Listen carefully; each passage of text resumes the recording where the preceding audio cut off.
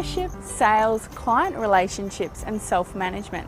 These are all things that are really important to us as health professionals. That's why we're speaking with Tracey. Brian is an expert in all of these areas, and he's authored over 52 books. Today, Brian's going to share with us some simple tips on how we can better manage ourselves, improve our client relationships, and be more effective.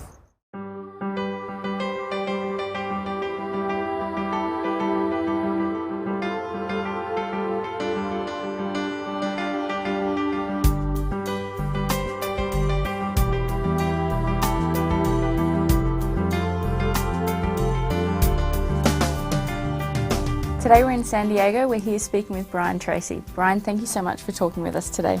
Well, thank you. You know, healthcare professionals are some of the most important people in our society, so it's a pleasure to help.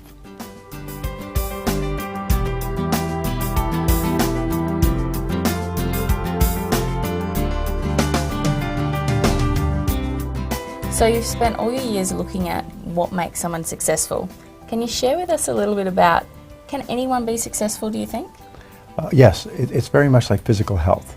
99% of people can be much healthier than they are. Mm-hmm. You know, we know about diet and exercise and proper rest and so on. And we just talk about mental exercise. If you exercise mentally, if you think in a particular way, then you feel happy, you feel fulfilled, you feel calm, you feel more loving, more compassionate. So, and since anybody can control their thinking, then you, by controlling your thinking, can control the quality of your life. So is that all we have to do is think positively and then we'll be more successful, or is there something more that we need to do? Well, there's a very basic principle that is the foundation principle of all religion, all philosophy, all metaphysics, and it is that you become what you think about most of the time. You've heard this before, they call it the greatest secret. Yeah. You become what you think about. So they've done a 22-year study interviewing 350,000 people over time and asked them repeatedly, what are you thinking about right now? And what they found is the top people, the people who are the happiest, most successful, most respected, highest paid, best promoted, and so on, have special thinking qualities that anyone can learn. And the quality is very simple, is they think about what they want and how to get it most of the time. And when you're thinking about what you want, it makes you happy. It triggers your creativity, makes you more positive and optimistic. It gives you a sense of confidence. And when you think about how to get it, it gives you ideas for action. It keeps you busy. And so it's so simple. It's not easy, but it's very simple. Just think and talk about what you want and how to get it. But what if we want so many things? Like, good question. We have to. Well, one of the things we know is that human beings are priority-setting organisms. Is that we cannot do everything at once or have everything at once. So we always have to set priorities. Now, how do you set priorities? You set priorities based on your values, based on what is most important to you. And how can you tell what your values are? It's by looking at what you do under pressure. So whenever a person is put under pressure, or they have to choose between this or that, they always choose what is most important. They always choose their highest value. Even if they're not clear what it is, when you're put under pressure, you choose. So one of the things you have to ask is that, if I was put under pressure, sometimes we say, if you only had 6 months left to live, what would you do with your time? Well, you immediately think, well, I would stop doing this, and I'd start doing that, I'd do more of this, I'd do more of that. Suddenly your values become clear, like a flashbulb. And so you keep asking, what if you only have 6 weeks to live? How about 6 days? How about 6 hours? And you keep coming down to, what if you only had an hour left to live? What would you do in the last hour? And you know, every answer is, you think about the most important people in your life and communicating with them, contacting them, seeing them, calling them, touching them, tasting them. I mean, in other words, that's what's really important to you. Yeah. So we have to first look at our values and then create our goals around that. Is that what you're saying? Well, one of the things that we do in our courses is called values clarification. Yeah. And we have people, we give them a list of values and say, which of these values are most important to you? And then we call it down and we say, if you could only choose 5 values, which would be your 5 most important values? Yeah. And they will say integrity, love, respect for others, compassion, kindness, generosity, persistence. They'll write down their values. And then you say, well, if you could only pick 3 values, you could only pick 1 value. And you find that most people have 3 to 5 values, which are the core organizing principles of their lives, whether they know it or not. And once a person is clear about their values, you find that all stress, all frustration, all dysfunction comes from getting away from your values. And so when people are encouraged to clearly think about what their values are, and then from then on organize their life so their life is consistent with what is really important to them, suddenly they're happy, they're more fulfilled, they feel elated. We say every problem in life can be resolved by a return to values. So what you're saying is that success might not be, becoming a gajillionaire, but it might be like spending more time with the family or something like that. So success is different for everyone. Is that what you're saying? Well, one of the great discoveries I made after many years of teaching people how to make all the money that they want and so on, is I found that there is no joy in things. Yeah. I just read an article in the Wall Street Journal this morning before I came over here. And it said the same thing, as more and more people realize that there's no joy in stuff. Is all the joy, which is the ultimate aim of life, is joy, comes from interactions with other people. It comes from feelings. It comes from doing things that help others. And one of the most important things in healthcare is the great joy in healthcare comes from really making a difference in the health and happiness and well-being of another person. And do you think people move away from that? They forget about these things of why they started their business or why they became a health professional? Yes, they forget about it. And they forget about it because they're overwhelmed with so many details and regulations and complexities and prohibitions. And then, of course, the interesting thing about dealing in healthcare is that you're always dealing with people who are in pain or distress. Yeah. There's no happy patients. Not usually. They looked at the most stressful occupations in the world. They found the most stressful occupation of all is a pharmacist or a dentist. Why? Because the only people who go to the pharmacist are people who have pains. And they're going there to get a pill to take their pain away. The only people who go to dentists are people who have dental problems. Nobody says, oh, I can hardly wait to go to the dentist today. Wow. Rip my tooth out. Yeah, because it's going to hurt and probe it. And so they find that pharmacists and dentists are always dealing with irritable people. And irritable people are so stressful. That's why it's so important for healthcare professionals to breathe deeply. Before you go in, take a deep breath. And just keep yourself calm. Yeah. And don't respond. Good healthcare professionals soon learn that they don't get caught up if the person is unhappy, irritable. They just stay calm. And by staying calm, they exert a calming influence on other people. So you're saying that we shouldn't let people affect how we're feeling or what we're thinking? You have to like your patients, but not so much. Yeah. You have those to be barriers there. Yes, you have to care about them, but be able to maintain a sort of what we call clinical distance, if you like, because other than that, you can't help them. If you get caught up in their emotions, then you just become whipped back and forth. So you need to stay calm. And one of the best things we teach people is to pre-program yourself. Visualize and imagine yourself, no matter what human situation you have today, you're going to be completely calm. And just see that. I'm calm all the time. And when somebody starts to get irritated, calm. You see, you can't breathe deeply and be upset at the same time. That's right. And do you have the same suggestion if we're, for example, managing other health professionals? Yeah. Well, what is the job of the manager?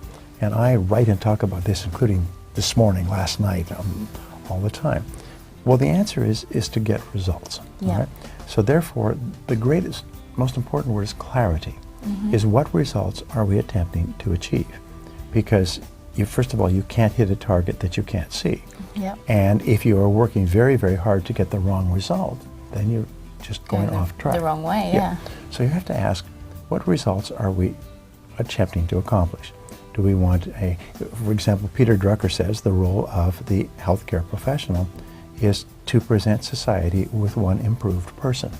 It's to help people become better, happier, healthier, one person at a time. That's the result that we're after. The entire mechanism of the healthcare system is aimed at a single person and helping that person improve in their health. So we say, all right, let's be clear that that's the result. But there's, of course, two types of health. There's physical and mental. And mental is the emotional health.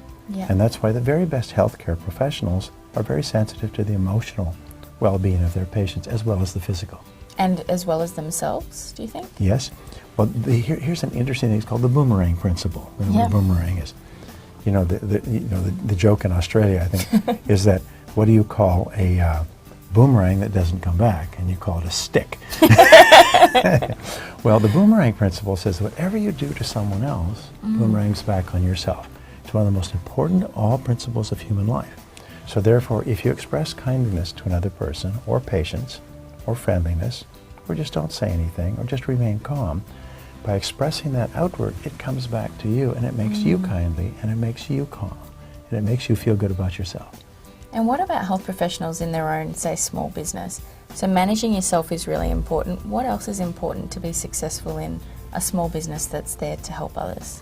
Well, we have to understand that a business is set up to satisfy a need. Yeah. We say that in selling, you need three things. You need a problem that's unsolved, a need that is unfulfilled, or a goal that is unachieved. And that's what the healthcare professional is set up to do. The great tragedy with healthcare professionals is they sometimes don't realize that they are in a business. They think, well, business is not for me. Yeah. Well, that's like saying, well, breathing properly is not for me, or eating nutritional foods is not for me because I'm healthcare. No. The more you look upon it as a business, and a business has one goal, it is to get the patient to come to you rather than to go to someone else who can offer the same service. It's to get the patient to come to you again because they were so happy the first time they came, and it's to get the patient to tell their friends to come to you as well. So how do we get them the first time? All right. Well, one of the very best ways, 85% of all growth of healthcare businesses comes from referrals and recommendations by happy patients. Now, let us say you're starting off brand new. Well, the very best way to start off brand new, of course, is to work with someone who already has an established reputation and build from there. If you don't have that, then what you have to do is you have to think, what is it that I offer my patients? And what is it that people want?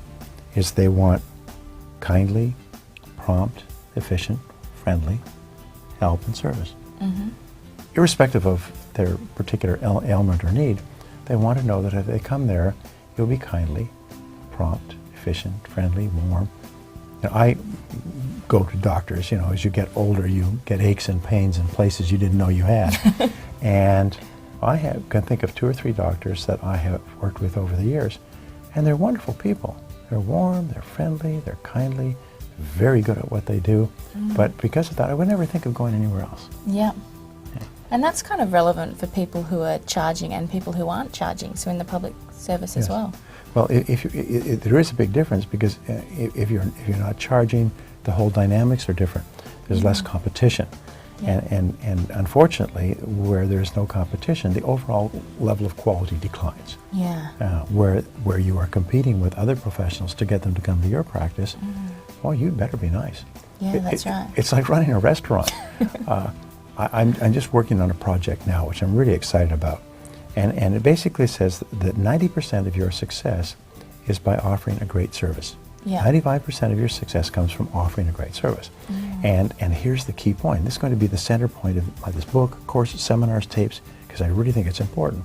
How do you know that you're offering a great service? I was going to ask you that question. The answer is so simple. It's so simple. The only person who can decide that is the person who consumes the service.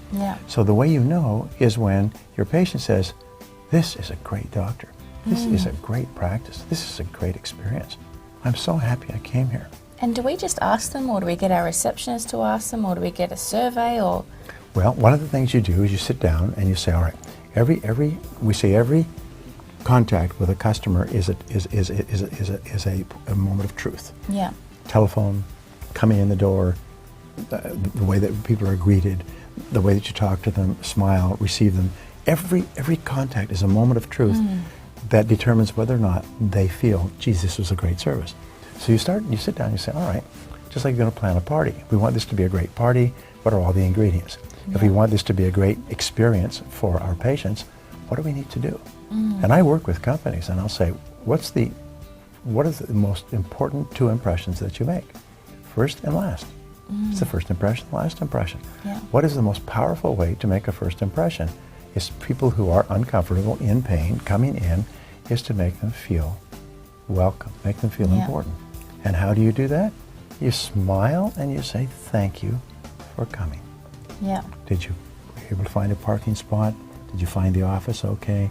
In other words, you make them feel happy the instant they have their first moment of truth with you. Yeah, because it's quite stressful. Like when people come to see us, they're not, it's not like they're going to their favourite restaurant. Yeah. They're coming because they've got a problem. Yeah, you're right. And they're not sure if you're the right one, or you're going to take my pain away. Yeah. And remember, emotions distort valuations. Yeah. So if a person is in pain or in discomfort, they're emotionally unhappy, they're unsettled. So therefore, they're more irritable, they're more demanding, and they want someone to give them solace. That's why they talk in medicine about the bedside manner. Yeah. If you think of a bedside manner, you think of a kindly doctor or nurse putting their hand on your lap and saying, it's going to be all right. It's going to be okay. Yeah, it's going to be. They find that in emergency wards, they find the most important thing that they can do in an emergency ward, when a person comes in, they're met with a professional, and the professional says, hello, how are you? I've got this, it's going to be okay.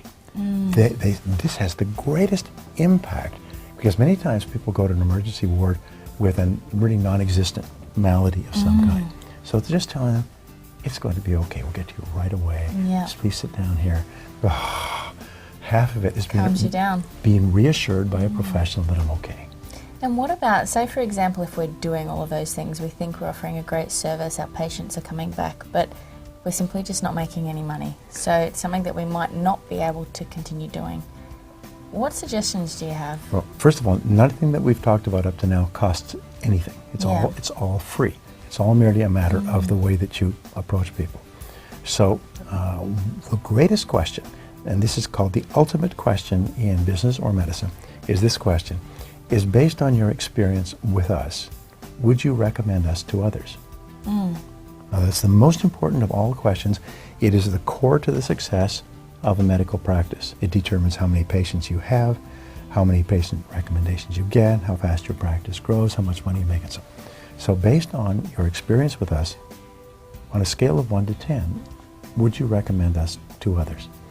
And whatever grade they give you, let's say they say, well, if they say 9 or 10, that's very good. That means they'll come back and they'll recommend you to others. Anything below a 9, from an 8 down, is questionable. And below a 6 is marginal. This is based on years and years of research and thousands of interviews. So whatever grade they give you below a 9, you say, thank you very much. Tell me, what would we have to do to make your experience with us a 10? And customers, patients, will tell you. They're not going to say, well, let me think about it, I don't know, I'm not sure. They probably know why they haven't given you a 10. For example, they'll say, well, if I didn't have to wait half an hour and read 3-year-old magazines in your waiting room, I would give you a higher grade. And say, oh, well, in fact, that was the difference. I got the old magazines down at the thrift shop, and they cost me a penny a piece, and I thought you just murdered me. No, people want current magazines, for Christ's sake. They don't want to see stuff that's years old, and they like a nice round. I have a friend who's a medical professional, and he said he could advertise and get people to come to the office, but they wouldn't become patients and they wouldn't come back. Maybe 1 out of 10 would become a patient. And I said, yeah, well, your office probably looks terrible, your reception area probably looks terrible. And his wife was there, and she said, I told you. And he said, well, what difference does that make? I'm an excellent professional. He's probably never sat there before. Yeah. I said, well, you probably, when you set up your practice, you probably saved money, you brought some old furniture from home. Is that right? And they go, well, yes. But it doesn't really matter. Yes, it does. Because the first impression that people have when they walk into your waiting room is visual. And visual triggers literally a cascade of emotions. Am I safe? Am I secure? Is this professional? Is it efficient? Is it clean? Can I relax? Can I trust these people? I said, change your waiting room so you change the first impression. And so they went back, and they came back 3 months later. It was a program I was giving. They came back, and they said that their business was up like 8 times. That people came in, and the first thing they said is, this is a beautiful reception area. And they put in, it cost them a few $1,000s or pounds. They put in beautiful carpeting. They piped in classical music. They got some nice prints of relaxing paintings on the wall. They had fresh flowers. They had new magazines, comfortable chairs. People came in, and the first thing the receptionist did is said, thank you for coming in. How can we help you? And if you just sit there, the doctor will be with you in just a minute. Ba-da-da-da. And they said it was just amazing. And they've been working for years and struggling and worrying about their bills and lack of patient retention and so on. And they said 3 months, they couldn't, they said, I'm a professional. I just had no idea the visual impact of our It facilities. seems like a lot of money to spend for someone, but it actually created a lot more business. Yes. And what about waiting times? So you talked a bit about the waiting room. Do you think waiting times is an issue? Oh, it's a major issue, and it got worse and worse. When I was speaking in New Zealand recently, we were selling some audio programs in the back of the room. I was watching the back of the room, and I didn't think we were selling any programs because it was the break and people were going back to the tables. But usually if it's really busy, there's a lineup, people lining up to buy the programs, and there was no lineup. And so I'm watching to see how my sales presentation went, and I was really disappointed. Later, they told me that they sold out. And I said, well, why? They were just efficient. Why was there no lineup? And the answer was that New Zealanders will not get into a line if there's more than 2 people there. Yeah. They would just walk People away. line up in America. I've been surprised by it. But if they see 2 people in line, they won't go in line. They'll wait till there's only 1 person, then they'll get in line because they're so impatient. I'm sure this is the same in Australia. Yeah. Is that people won't wait in line, and they get really irritated if they have to wait in line, and so the impression they have is irritation. And that's why after a person's came to their appointment right on time, 10 o'clock, and it's 10:30 before somebody takes them in, and by this time they're irritated. Not only are they uncomfortable, in pain for being there, now they're irritated because they've been so disrespected. And that's what it is. It's disrespect. Have you ever gone to a restaurant and waited for service? Yeah. Well, you're about ready to get up and walk out. And afterwards, your last impression was, that's maybe good food, but I'm never going back there. The service is terrible. And so restaurants wonder, why don't people come back to our restaurant? It's because all good restaurants seat you and serve you something, water, a drink, bread, anything, right away. Yeah. So you get the first impression, oh, wow. And what about working on our business? So, you know, as health professionals, we've got a lot of research we have to do, a lot of things that we have to keep up to date with. Yes. But how much time do you think we should spend reading or doing courses in things like sales or customer service or those other areas? And how do we prioritize that if we don't have any idea about it? Well, many years ago, I was working with a gentleman who had been average for years and years. Suddenly his business took off. Yeah. And I asked him, what was the turning point? And he said something which I never forgot. He said, I finally decided to get serious about my business. I was going through the motions, and I was doing what everybody else was doing, and as a result, I was getting the results that everybody else was getting. And I finally realized I really wasn't serious. I was watching television, reading newspapers, going to sports. So what I say to medical professionals is get serious about your business. Yeah. Now, to get serious, you don't need to change the world. You just need to alter your reading habits. Instead of spending an hour and a half or 2 hours reading the sports page every day and coming home at night and watching every single sports game that's been played for the last 24 hours anywhere in the world by satellite, is spend 30 to 60 minutes each morning reading in a book on business. Yeah. Whether it's sales or communication or time management or something that has to do with customer service, just read a little bit. And it's a trickle-down process. People say, well, I don't have time during the week because I have to get up and read the paper, watch some TV before I go to work. No. What you have to do is, and then they say, well, I'll do it all on the weekend. I'll read 5 books on the weekend, or I'll go on vacation. I'll read a briefcase. No. That's like saying, well, I'm not going to work out all year, but then I'm going to work out 16 hours on one day. Or I'm not going to eat all week, but then I'm going to eat for 8 hours on Sunday. Well, you say, well, that's preposterous. Well, it's the same thing with your mind. Your mind, no matter how brilliant you are, can only take in information in small dollops. Yeah. So you just kind of like a drip. You just kind of feed it in a little bit at a time. And you think, how can I use this to take better care of my customers so they come again and bring their friends? So they give me a high grade, what I recommend you to others. And you keep thinking, and then you don't have to try 50 things. You only try one thing. You try one variable and see if it works. And you try it a few times. And sometimes, if you were just to introduce one idea to make your customers feel happier per month, at the end of the year, you'd have 12 ideas. You probably have the most popular practice within 50 miles. Great. Brian, one thing that I love about all your books is that you do focus a lot on clarity about getting your focus point and things like that. Can you just tell us, if you had to bring it down to 3 things that 3 bits of advice for health professionals, what would they be? What would you want them to take away from this interview? Well, I would say, obviously I've answered the question before. You said before, clarity. Be very clear about your goals. Write down your goals for your practice. Imagine you could wave a magic wand and create a perfect practice. Then write down, what would it look like?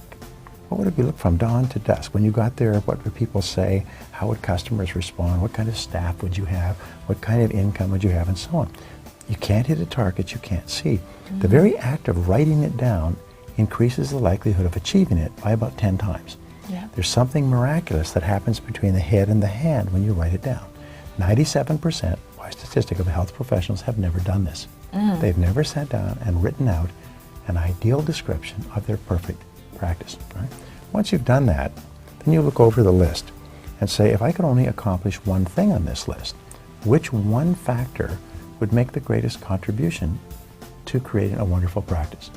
Now, you can do the others sooner or later, but there's always one thing that will jump out at you. If we just did this, if we just had people say before they left, I'm sure glad I came, or something like that, then the next thing you do is say, all right, what one step can you take immediately to begin achieving that one goal, to create a private practice? I've got 50 books out there. I could give you hundreds of other ideas, but that's it. What would my ideal practice look like? What one thing could I do that's more than anything else? Or maybe it's just the one that I think I can do immediately. And what one step can I take? And then take action. The number one reason people fail is they go through this entire process and then they take a vacation to a wonderful place off the coast called Someday Isle. And they go to Someday Isle and they say, someday I'll give that a try, or someday I'll implement that, but not now. The difference between success and failure is successful people take action and get feedback and self-correct and take more action. Brian Tracey, thank you so much for speaking with us. It's been brilliant. Thank you. It's a pleasure.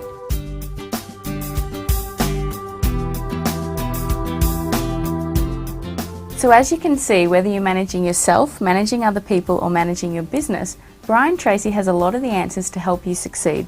Brian, thank you so much for speaking with us today. It's been fantastic. It's a great pleasure. Thank you.